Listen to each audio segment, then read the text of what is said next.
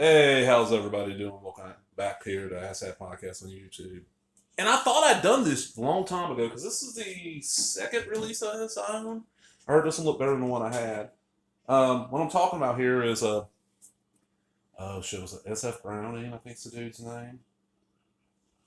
Um, oh, I'm looking it up. Give me a few seconds. SF Browning. All right, so sometime in the '70s. I'm guessing early '73. Don't look in the basement. Now, for somehow this is like either it's abandoned or it's considered to be public domain, so you find a lot of cheap sets, and that's why this was not that expensive. It's VCI. VCI will put out licensed stuff, but they do put out a lot of the public domain stuff. But decent little horror movie. The makers of Last House on the Left. When you get to keep repeating, it's the only movie. The makers of, well, Wes Craven's not in this. Sean Cunningham. I really don't think anybody from that's in this. But this was written by Tempo. Stars Rosie Holotic, Playboy Playmate. See if she shows up anywhere on here. They don't show her anywhere. Look at that. What this is real simple. This young, pretty redheaded nurse applies for a job at a mental asylum that I'm guessing is in Texas because it looks like Texas, like the flat area of Texas. Well, a lot of Texas is flat, but you know what I'm saying?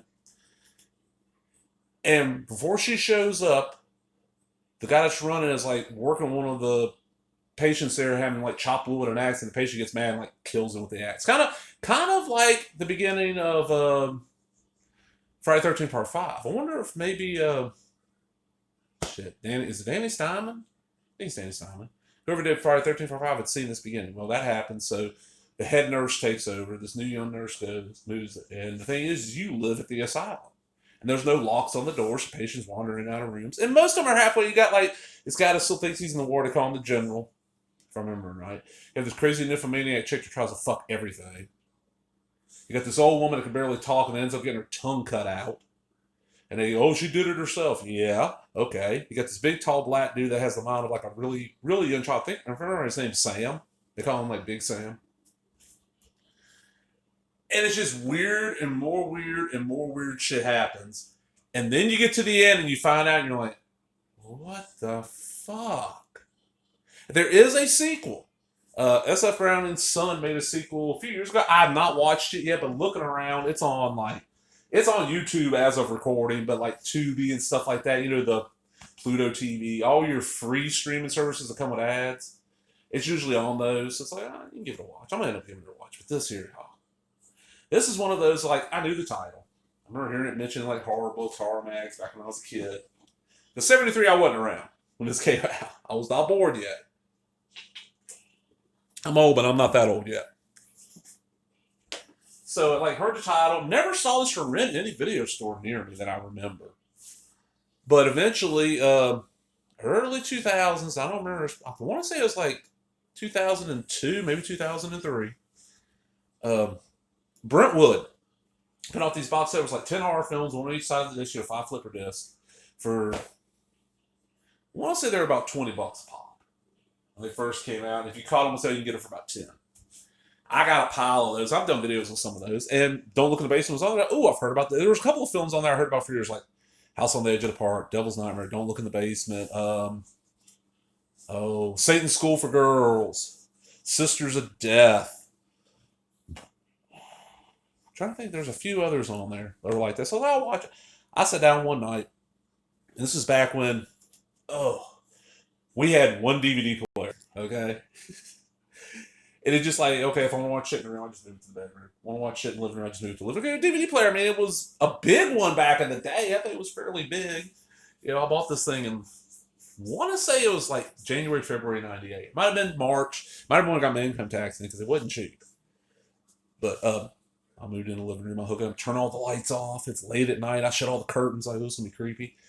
And I'm watching. Okay, yeah, the print on the Brentwood release looks like total ass. Definitely looks like a VHS rip. Like, it looks like what happens back in the day. Somebody found a 60mm print, ran that through a film chain, and got it onto like a VHS, and put that out there. Well, the Brentwood's like rated an old video store. Like, ooh, I don't think anybody owns this shit. Who transferred it? This looks better.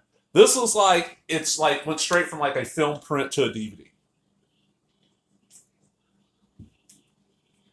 But yeah, definitely worth checking out. It's got this weird, like, I don't know, it might be because I lived in Texas for about 10 years.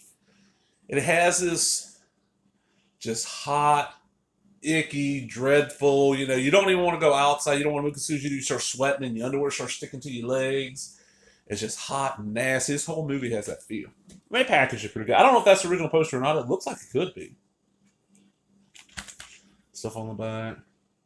It's only a movie. It's only a movie. And look, fuck. Well, hold on. Look. Look at that. That is fucking. Ain't that Mary dying in the. That's also on the left. From low budget cult director S.F. Brownrigg. Don't open the door, pull white trash, shoot, keep my grave open. This gory little chiller takes place in an experimental hospital for the criminally insane, where the creative thinking director allows several inmates to act out their psychotic delusions. Like necrophilia, paranoia, and popsicles. Things really start to get nuts when a new staffer arrives, starting with the bloody axe murder of the doctor himself and leading to a total takeover of the hollow institution by its most crazy and violent inhabitants. It was cheap. And the disc, it's just, I kind of put as much of the poster on the disc as they could. And it's a burnt one. I mean, it's not a burnt, so. What it was years ago around Christmas, VCI had a big ass sale, and I got this. And two of the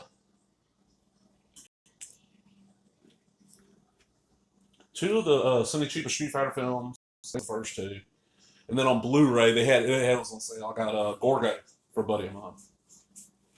I realized that I ain't talked about this movie yet that I know of. I might have reviewed one year on the blog for October, but I doubt it. I'm gonna go look, because if I haven't, I might do that this year. So I got a good print now. I'm out, everybody. Hope you enjoyed them. If you did, give me a thumbs up, leave a comment, subscribe, all the other bullshit. Talk to everybody later. Bye-bye.